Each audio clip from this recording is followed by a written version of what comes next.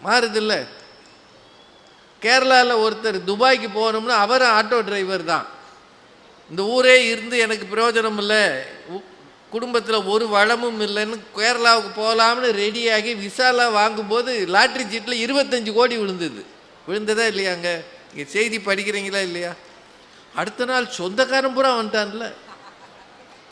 இன்னும் இவன் காசையே கண்ணில் பார்க்கலையா, அவள் இவர் மாமா மச்சான் 50 பேர் வந்து ஏய் அப்பான்னு வந்து நிற்கிறான்.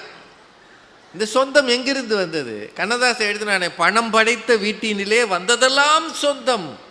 பணம் இல்லாத மனிதனுக்கு சொந்தம் எல்லாம் துன்பம்னா. புத்தி உள்ள மனிதரெல்லாம் வெற்றி காண்பதில்லை, வெற்றி பெற்ற மனிதரெல்லாம் புத்திசாலின்ற பாட்டில் இந்த வரி வரும். பணம் இல்லாத மனிதனுக்கு சொந்தம் எல்லாம் துன்பம். இதை காசு வேணாம்ன்ற, காசே இல்லை.